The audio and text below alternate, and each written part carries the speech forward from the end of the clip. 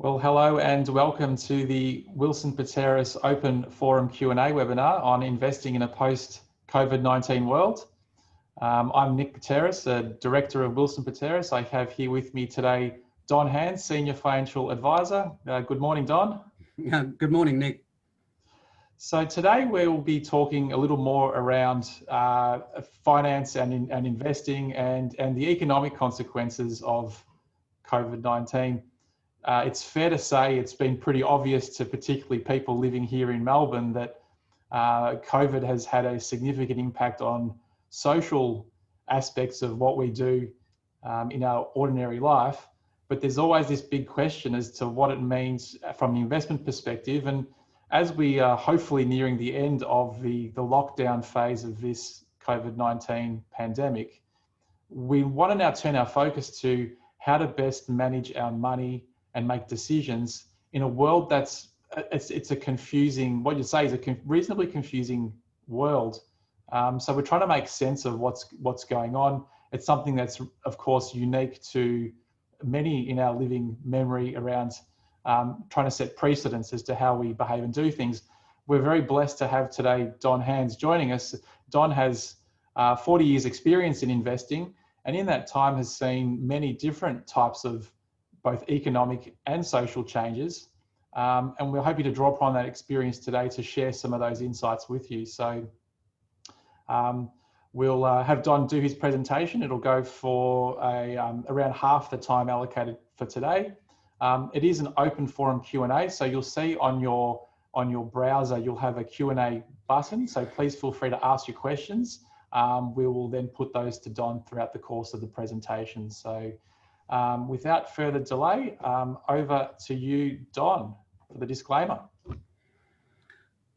Thanks, Nick. And yeah, probably the presentation needs to have lots of disclaimers as we go through. I suppose, at least in starting and trying to put things in somewhat of a context, I'm not an economist, rather an observer trying to understand the impact of circumstances and events, as I have done for the last 40 years, and how they might impact on Wilson Pateras' clients.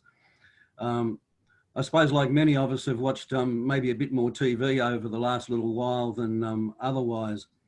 And I noticed that the ABC have got a nifty little ad that sort of says, we're anxious, we're concerned, we're restricted, we're grateful, we're grieving, we're powerless, we're powerful, etc., etc., and we're unstoppable. I think in that context that we're all in various shapes and forms can probably identify with some of those.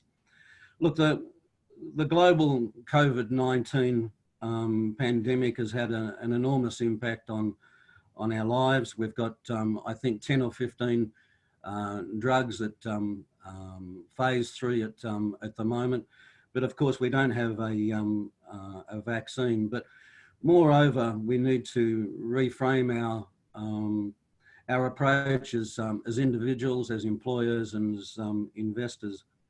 Clearly, the governments around the world are trying to stimulate their economies, and here in Australia, the government are throwing everything it's got or everything it hasn't got at making sure that the current level of temporary job losses don't become permanent ones.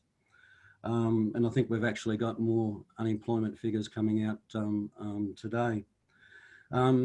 Victoria accounts for 25% of the national economy, so hence our people in Canberra are particularly concerned about what's going on in Victoria and what have you.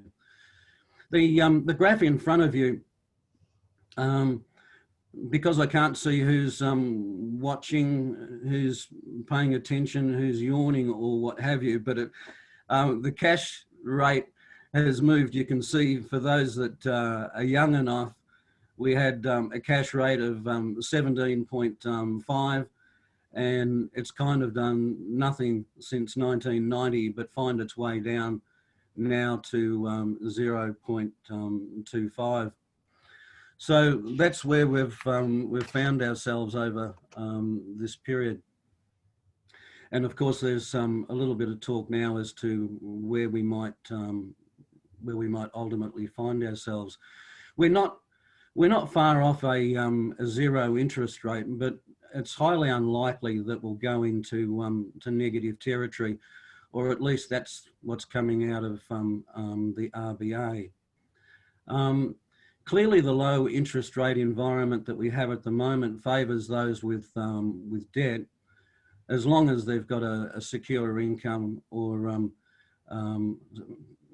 secure employment and what have you. But realistically, one would expect that the current interest rate environment is probably going to be with us maybe for the next 3 years, given the outlook for inflation, and also assuming there's reasonable progress in terms of unemployment. So Don, a quick question is around when we have such a low interest rate environment, you're an investor with cash. Cash is getting a return of next to zero. What does that do to a mindset shift in terms of what an investor then thinks about doing with that cash to achieve what they would desire as a return? Nick, it's interesting that we've certainly seen a resurgence of the retail investor coming back to the Australian Stock Exchange. I suppose in that context, investors have looked at their term deposit rates are now all sub 1%, and have effectively been fairly decent buyers of hybrid securities, where they're probably picking up a yield maybe of 3.5% or thereabouts, or alternatively have bought good Australian stocks with a reasonable dividend. And one that kind of jumps out in that context is something like Telstra, where they're getting 5.5%. So the careful thing is to be, as we try and run the two-edged sword of wanting to make sure that we've got enough growth, but at the same time being quite conscious of the fact of capital preservation.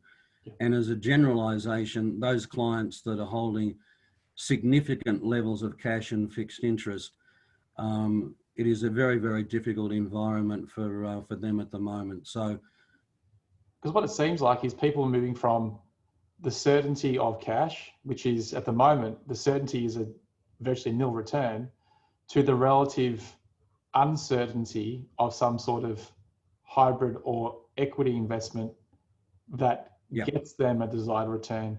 And what I think you're talking about is managing risk, to recognize that that uncertain environment of hybrid, or relative uncertain environment of equity and hybrid has implications. It means that there's a more at-risk scenario for your investment. Very, very true. But if we understand the risk, if somebody bailed out of their term deposit in the middle of June, they went out and bought maybe some shares in Westpac, expecting a reasonable dividend, and to a degree that does apply. If they looked at the share price of Westpac mid-June versus where it is now, they're probably looking at probably a 6% drop in capital. Yeah.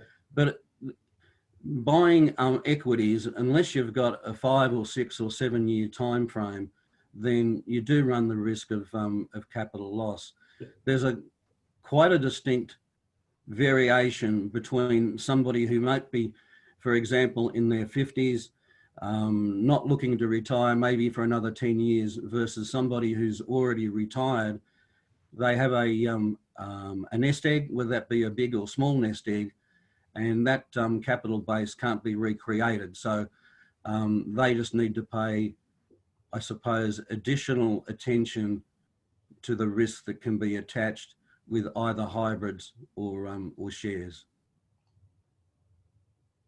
Just in context on that, the thought is that dividend yields from the ASX over the coming 12 months are probably going to be about 3.5%. If you throw in franking credit, that probably makes that 4.5%. But of course, the backdrop is you're looking at sub 1% in terms of 10-year bonds or indeed term deposits. So it is a challenge. It is challenging in terms of how much risk do I need to take? How much risk do I want to take? And I suppose in part that's why we're encouraging at least our clients to have conversations with us. Yeah. Excellent. So bricks and mortar retail. Look, I've got 3 or 4 slides in here. Oh, maybe there's a couple more. Look, I might just quickly just jump back and look at property in a wider context. Firstly, if we take the broader residential property market, the Victorian property market is probably off about 5.5% since our high in mid-March. Yep. My thinking is that residential property has really been kicked along over recent years because of immigration, and of course immigration, at least in the short term, is going to disappear. The other one also acknowledges that the birth rate has declined over recent times as well. Although one might be a little bit facetious and say with so many people working from home, maybe there'll be a baby boom in 9 months' time. We might just have to wait and see. But it wouldn't be difficult to see maybe residential property coming off another 5%. But it does depend on state by state, and there seems to be some suggestion that properties outside of the sort of inner Melbourne might do better than those close in.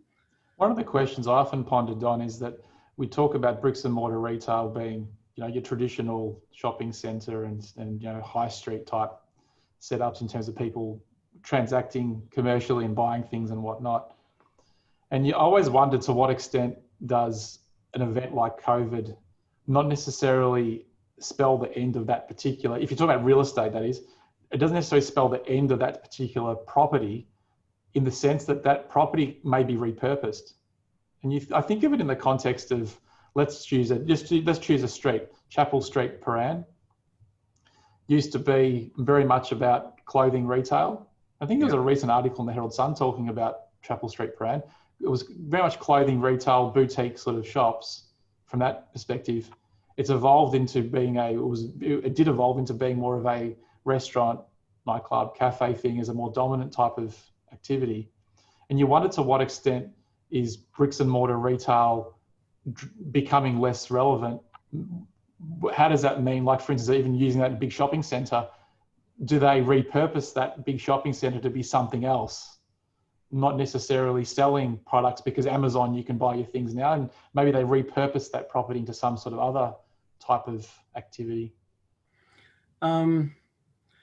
Nick, it's a wide question. I think one of the things that's happened, certainly post GFC and what have you, is that many of the existing shopping centres have acknowledged that. And if you go into a large shopping centre now and you have a look at the stores that are there, then you've got Optus, you've got Telstra, you've got health and more and more of sitting down cafes and all those sorts of things. So they have typically moved along. I'll go through a couple of slides, and maybe that will pick up the question that you're asking. This slide just looks at the way that we'll shop. And this is talking about online versus retail, and you can see that as soon as things started to look a bit awkward, we had the lockdown. Online shopping went through the roof, and because of the lockdown, the normal trading largely was down, what, about 20%. Then back in May, when we opened the door, everybody went back out. Everybody went to the shops. Part of this is, in my view, a difference between shopping, which is an experience, versus making a transaction. If you have a look at the next slide, I throw this in only because, well, I hope it was wise enough to throw it in. The listed property trust market had a significant fall over the last little while. This just tracks the share price of Scentre Group. Scentre Group basically is the old Westfield, yeah. So it was all travelling along. This is showing the fact that the share price basically went down by about 60% over a period of 3 months. And I've put in there Qantas. Now, part of what we're talking about today is to try and identify different ways of looking at what's happening to the market and how we might adjust portfolios. So this is just a little bit of thinking. But Scentre Group is the highest rated listed property trust available, and it has a low debt figure. Yet when we compare that with Qantas, and of course there aren't too many planes in the sky, and the issue of when international travel might come back on board, I think is continues to be pushed out. But Qantas did very well. So even though it's got heaps of debt, I would argue that the market has overreacted in terms of listed property. Now, I'm not suggesting that that we all race out here and buy Scentre Group shares, but just trying to work out where is value and how much the market may have made the assumption that bricks and mortar is gone for forever. The other part of the equation that I think is interesting in terms of online is that certainly in the case of the US, 30% of everything that's bought online is returned. And in the case of Australia, 33% of everything that we buy in terms of fashion is returned. I simply throw that in to say that this is different, and just because you sell something online doesn't mean the transaction works equally well for both parties. To have 30% of everything that is bought online returned is a significant impost to somebody at some point in time. Yeah. What I think COVID has also revealed to some extent is that, yes, we can as a society function without direct social interaction. You can buy products off Amazon to use, consumer items. But in the same instance, it's also revealed that there's a natural human craving for socialization. I mean, we like to go to shopping centres because there's an element of dealing with other people, meeting friends there, going to a shop and talking to the shop attendant about a particular product, buying a product and knowing you can return that product to that particular location versus an Amazon where you'd have to post it back at your local post office. So there is that social aspect, I think, of a shopping centre, which can sometimes get lost in this. And I think that's my point. There's one's an experience, and the other one is simply a transaction. Yeah. But I do draw a distinction between the issue of I think a Chapel Street, which is I think what you mentioned before, versus say Bridge Road for the benefit of those here in Melbourne, versus the local Westfield shopping centre. They have already, to a degree, transformed themselves and will continue to do so. Following on from that, look, this is just saying that we need to take into account that not all retail is equal. This is just showing the impact in terms of rent collection on various organisations. One of the ones that in here is the second one along VCX. So those that aren't familiar, this is Vicinity Group, and along with GPT, which is General Property Trust, its revenues have been impacted more than some of the others. The issue in here for Vicinity is that its major assets, basically it owns 50% of Chadstone. Yep. Huge shopping centre, but there's not as many people going there. There's not as many stores that are open, so its revenue is significantly down. The other major holding of Vicinity is on a national basis. It doesn't own all of them, but owns a whole lot of the DFO stores around Australia. So it has been impacted more than others. I'm just saying that it's not a level playing field, and there'll be some such as Aventus, and you can see there that there has basically been a 10% reduction in revenue, but it's very much focused on furniture and homewares and all those sorts of things. So it's playing in a slightly different space where you can't go to a DFO store at the moment. So part of our job here is to try and sift through and identify those that are likely to benefit, and those that where their share price has probably been unreasonably bashed about and thrown into to the gutter, linking everything in one sector. Don, in terms of trying to unpack that sort of equation, in terms of people's spending habits, it seems like an event like COVID-19 may not necessarily change what people are buying. Maybe it's just changed the way that they're buying things. So if you look at certain companies who produce certain products in consumer items, they're still, you'd presume, in the same sort of demand, or reasonably same demand, just the way in which they've been bought has changed.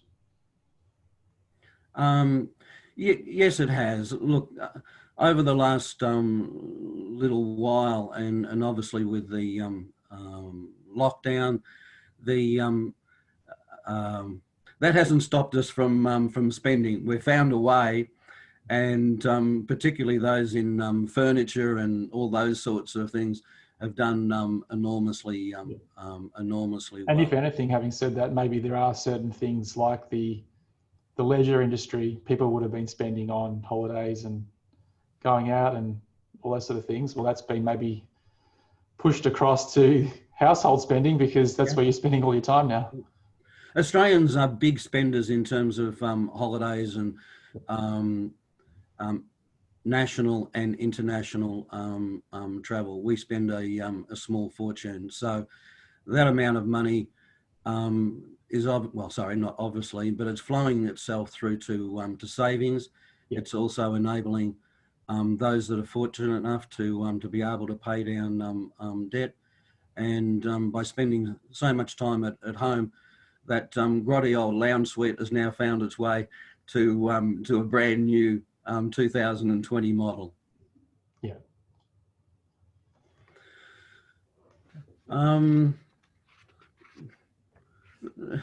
The question here of biotech and IT stocks, I suppose I would start in terms of biotech, because that might be quicker to answer. It probably sounds a little bit facetious, but I've often thought that the best way in terms of a biotech and understanding its potential, I was about to say, I hope this isn't recorded, it is being recorded, but sort of two ways. One would be to break into the building of a nighttime and try and access some of the files, or maybe a little bit more legitimately get a job as a cleaner and go through the waste paper basket and see what you can find. Biotech is interesting in as much as a whole lot of time and work and effort and energy clearly goes into the research and development. Then you put it up, and whether you get regulatory approval or not. I'm quite mindful at the moment that one of the biotech stocks here is Star Pharma, and it's actually recently identified it's kind of a nasal spray which is good for stopping infection in terms of COVID-19. It's interesting in as much as the share price has gone up basically doubled in the last 10 years, but if you got in at the wrong time and got out, you've lost 75% of your money. But if you got in at the right time and you still hold the stock, you've probably made a 200% return. So it is difficult with biotech, and as a general statement, we've left those to the fund managers who are more able to deal with that. There's lots of opportunity, but there's lots of risk, and unless you've got a breadth of knowledge, it is very, very difficult to do something out of it. IT stocks are a little bit well, a little bit the same, but a little bit different. The chart that you've got in front of you is basically saying how is the S&P index. So we're talking about the US, obviously. This basically says that you can be a little bit confused because the big movements in that market have come from the FANGs, the Facebook, the Apple, the Amazon, Microsoft, and Google.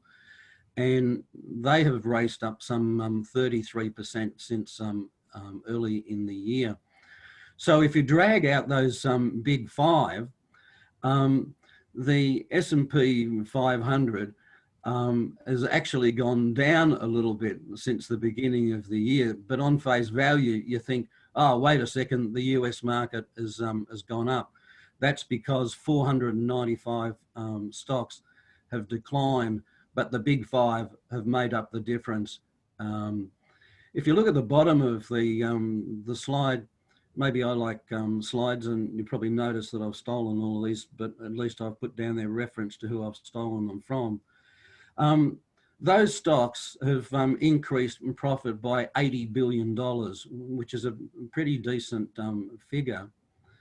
But the market capitalization has increased by $4.4 trillion, which is 55 times.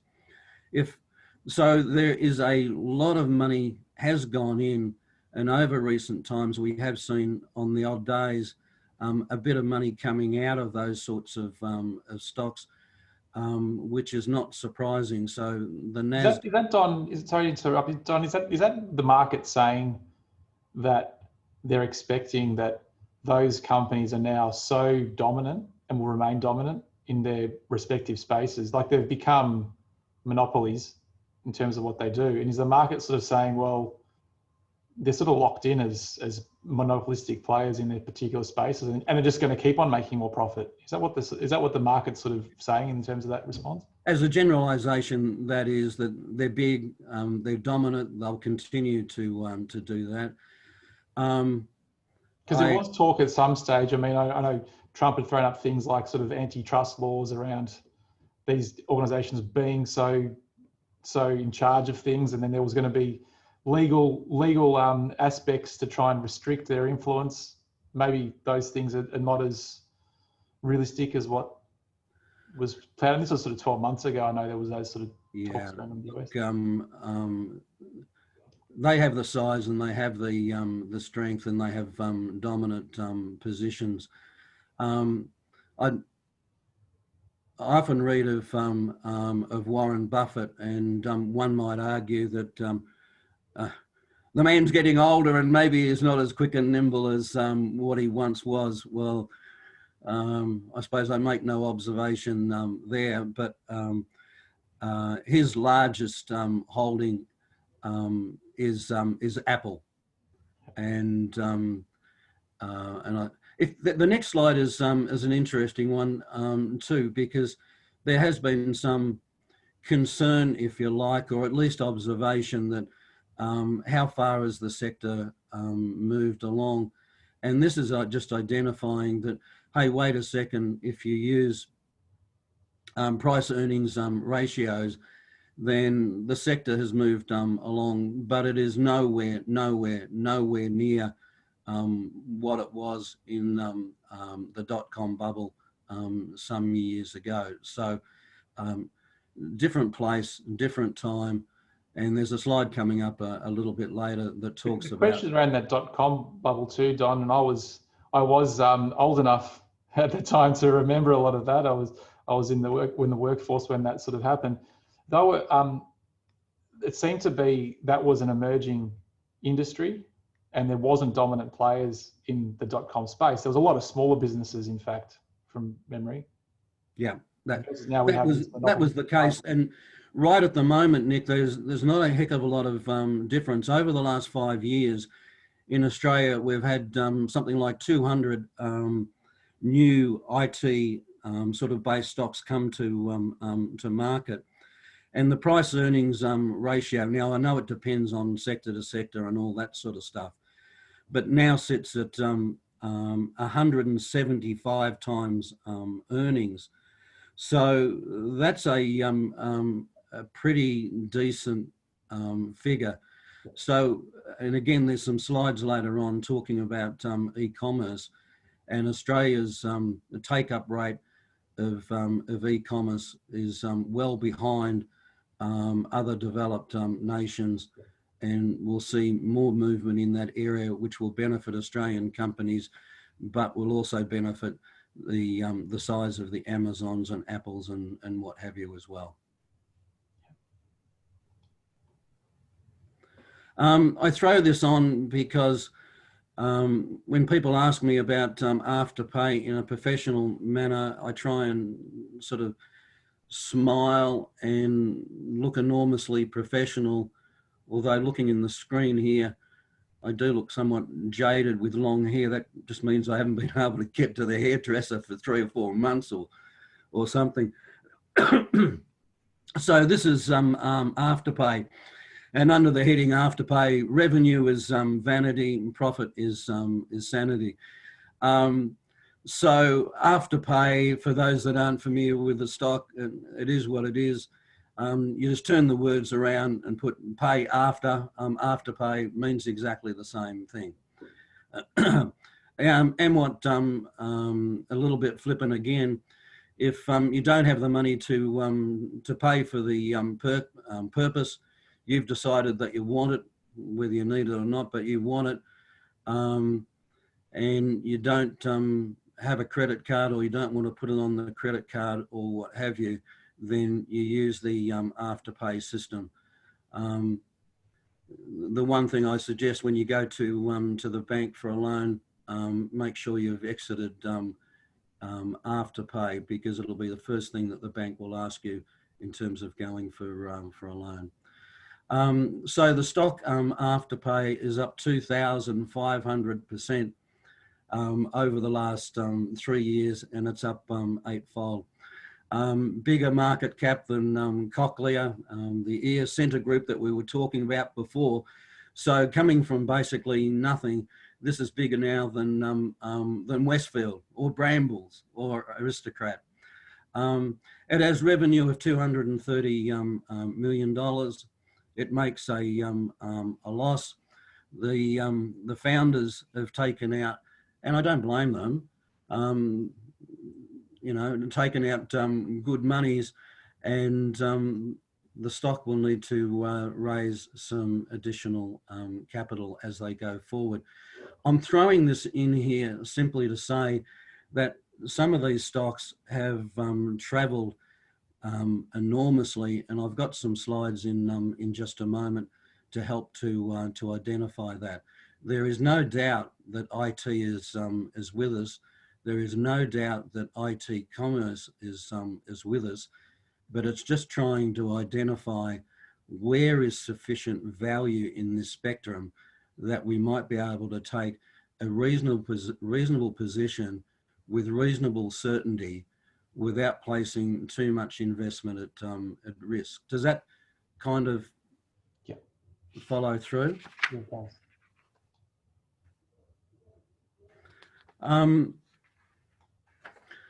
To the question of Biden and Trump, I think no doubt everybody watches the news. We get this constantly. We kind of know a bit about Trump because there's a Twitter usually every morning, and we can understand his view of the world and what he thinks.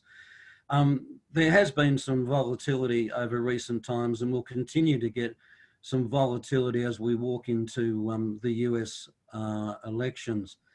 So investors shouldn't be surprised with that. Biden will bring along the issue of potentially dragging back some of the tax breaks that that sit with Trump, and there might also be some additional regulatory environment. So you can kind of argue that's a bit of a negative. But on the positive, one would realistically think that Biden might bring some sensitivity to international trade, particularly in the case of China, because the US-China trade negotiations do need to be concluded, and they need to come to a reasonable outcome. The bookmakers have got 60% to Biden. I don't know whether that's right or wrong. Time will tell. The issue of time will tell, and the potential volatility, at least in the short term, is whether the result will be contested either by Trump or by or Biden, particularly with the mailing votes and what have you. So, Don, just in terms of the stock market reaction or anticipation of that event, because that is sort of the elephant in the room, isn't it? It is, and the market doesn't like uncertainty. Yeah, if it's a situation where neither party is able to, or neither president's able to. Normally, you would have an election, and it's either the red corner or the blue corner. You know what it is, and you can just adjust your arrangements accordingly. Is the share market behaving as if it is concerned about that event happening, considering it has continued to rise? And I think there was a stimulus package in the US that was imminent or had been passed, which then did push the market further. Does it seem like the share market is concerned about what you'd call in Australian terms a hung election? A hung parliament? Not as much as I thought it might have been. Now, each day we roll on, that might change. The issue more widely in a global sense at the moment is the issue of the coronavirus, and we've obviously seen, particularly in Europe, but plenty of other countries, we get through stage one, only to find that we've got stage two or stage three, and investment markets don't want continued lockdown arrangements. That seems to be having, in my mind at least, more impact than anything else.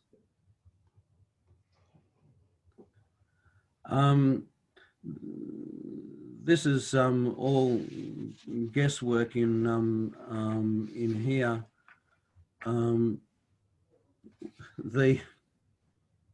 There's lots of water to go under the bridge, and in terms of forecasters, I'm not a goose. There are two kinds of forecasters, those that don't know and those that don't know that they don't know, but still trying to look forward. As a generalization, this is trying to at least say, where are we?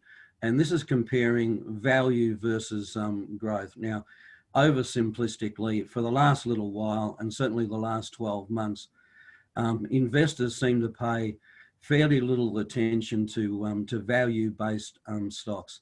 They weren't sexy, and lots of money was pouring into particularly IT stocks and what have you. So all the story of growth.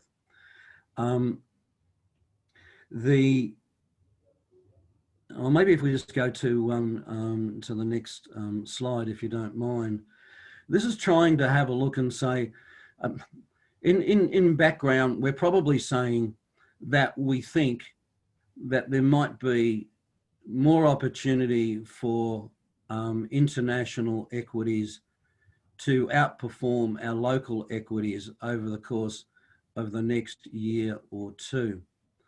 Part of that is because our share market is significantly dominated by the big four banks. Throw in a small handful of others and you got half of the market by capitalisation. So one of the big questions there, Don, is resource stocks. They've also been, I guess, quite a large part of the ASX. Yeah, including in there is the likes of our well-known BHP and Rio and a couple of others. I don't know whether everyone in the world is supporting my view. The benefit will be in 2 years we'll be able to look back and work out whether my view or others prevailed. But in the logic of buying anything, it doesn't matter what you buy. If you can buy it at a good sound price, then that at least gives you a good head start. That is, you don't want to pay $1 million for your home if the value is $750. The same thing applies to stocks. This is looking in the left. The left-hand side is looking at price-earnings ratio. So the price of a stock relative to its earnings in relation to the various sectors. The second right-hand one is utility. So this is boring, things such as pipelines and gas lines and all those sorts of things. The blue dot basically says in relation to where you would think that it would normally sit, that's the median PE. Basically these types of stocks, they're not particularly cheap, but they're not particularly expensive. The one that jumps out is info technology. You can see there that the adjusted PE is 50, where the normal median, the long-term average is about 25. So heaps of money has gone into to there. So the question in our mind is that justified? Is there more room to move? Or alternatively, has that, for at least the time being, run pretty hard and run pretty fast? If you look at the next slide, this in part also supports, I suppose, our view that international equities might, for the next little while, do a little bit better. To a degree, you can make figures do whatever you want to have, whatever you're trying to prove, but hopefully this is a meaningful one. And what it's done is to look at the price-earnings ratio of the top quartile stocks on the ASX and then compare that with the bottom quartile stocks. So this is effectively saying that Australian equities don't look particularly cheap when you look at things collectively. Now, that's not to say that there aren't some nice little gems in there, but it probably reinforces our general view of including stocks that seem to be well placed, fund managers who won't just sit and follow some index or an index fund itself. I think we're going to have to be quicker. We're going to have to be more nimble, and we're going to have to be more purposeful as we work ourselves forward.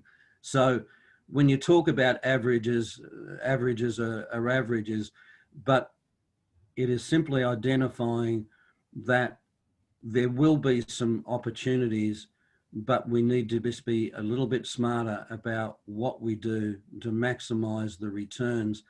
And back to one of the earlier comments, Nick, that you made about the low interest rate environment, and for retirees, particularly, that are holding a whole whack of money in cash and fixed interest. So they might only have 30% exposed to equities. What I'm saying deliberately is that 30% that might be focused on equities, we need to get that 30% to work a hell of a lot harder going forward, particularly where the client or the investor is not prepared to accept additional risk. Now, I don't want to blow anyone's minds out here. And it's why we keep on saying, please come in and talk to us, or it doesn't matter whether financial planners or not, but talk to your financial advisor. I suppose a pet of mine is the hybrid securities.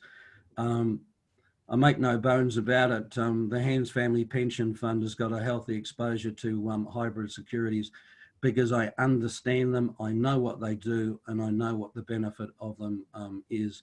If you go onto the ASIC website, I am being a bit flippant, tells you all about risk. There's one page on shares, and there's 100 pages on hybrid securities. Interestingly enough, that the hybrid securities that the National Australia Bank brought out in 1999 in the GFC, they fell 30%.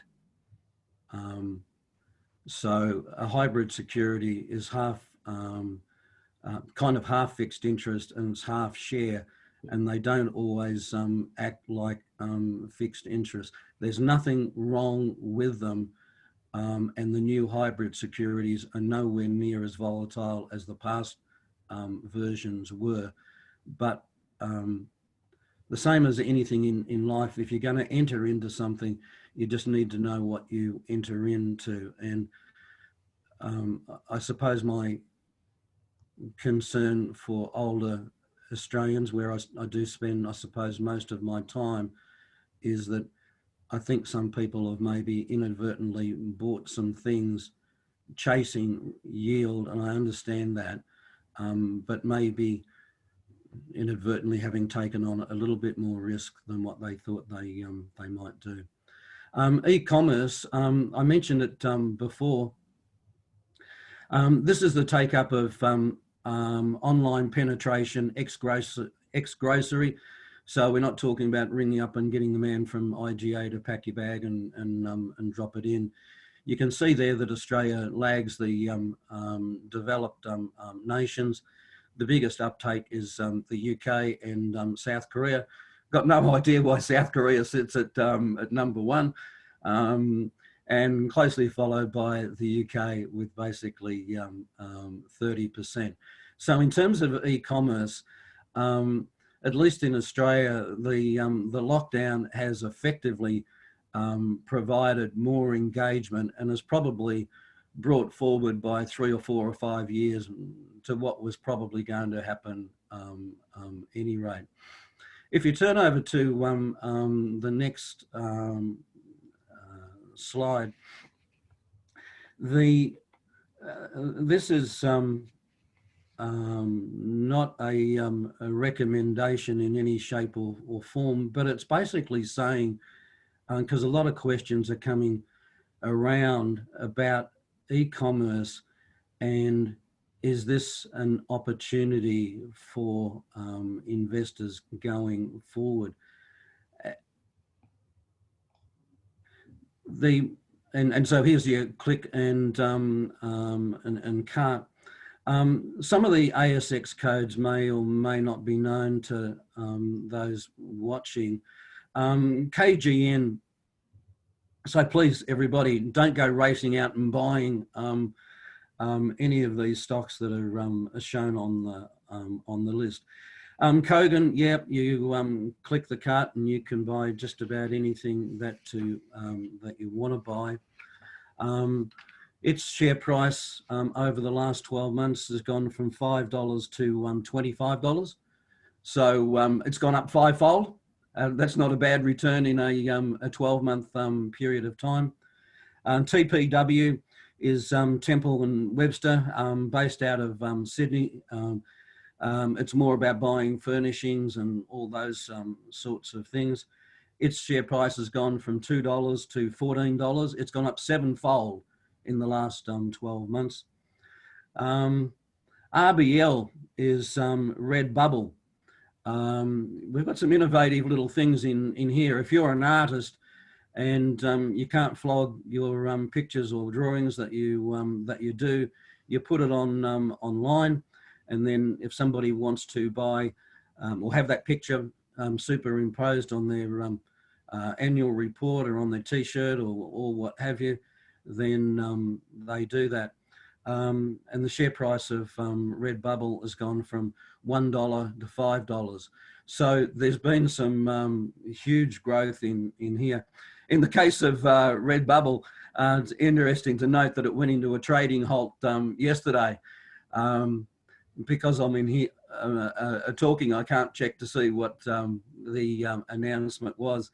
But going back to some of these smaller stocks and the need to have good research, it's interesting, at least in my mind, that 3 of the significant shareholders of Redbubble reduced their exposure to Redbubble the week before last. Now, I'm not suggesting anything more than they clearly got in and got out at a reasonable time. Look, we've probably got a few minutes left on, so. Okay. Very, very quickly, we're now going back and readdressing the sorts of companies maybe that we haven't been too interested in of recent times. One of the new additions, this is on behalf of AMP, so it's only one fund manager. They've thrown in Telstra into to the melting pot in terms of its model portfolios. Basically, it comes with a 5.5% dividend yield, and the capture of video conferencing and data networks and things like that. If you turn to the next slide, they're also throwing into the mix an organisation such as Charter and Hall, again a stock we haven't followed widely in the past. So in having a look at, and I'm always interested where the big money goes, that is that as an investor can identify what they think is an undervalued stock, good prospects and what have you. And they might be able to buy it for $10. They think it is worth $20. Well, to a degree, it's a big deal. It's always going to stay at $10 unless everybody else thinks it's worth $20. So we're revisiting some of those. It's interesting that Fidelity, one of the big fund managers in Australia and indeed international, are throwing a fair bit of money into to Domino's, Coles, Seek, and Telstra, and Alan Gray, the contrarian style value investor, is looking at childcare. So Don, I guess overarching, the overall message that you'd give to the audience today, has much changed in the world of investing since prior to COVID? So from February to now, has all that much changed when it comes to making good investment decisions? I think the answer is investors need to have a game plan, and they need to follow that game plan, and they need to diversify and make sure. Look, a good example simply will be Australian banks. Unless you hold the banks as individual stocks, you don't see it. But Australian banks over the last 12 months have come off 30%. The exception to that is CBA, it's down 15%. So if you had a portfolio heavily weighted on banks, then your portfolio is going to reflect that. I guess because in sort of helping to answer that question, what using that bank stock analogy, had people not had a level of diversification prior to COVID, it was an unforeseen event that nobody could have realistic. I don't think anybody was anticipating something like this pandemic. So had you been overweighted to that particular asset, your portfolio is impacted significantly. True, Nick, except that the market has pull downs continually, and the market rises continually. So investing in equities, we just need to be mindful that it will do some silly things at some point in time. It's just that we don't know when the time is going to come. A quick question from one of our participants is, would you be advising clients to hold more cash or less, or the same?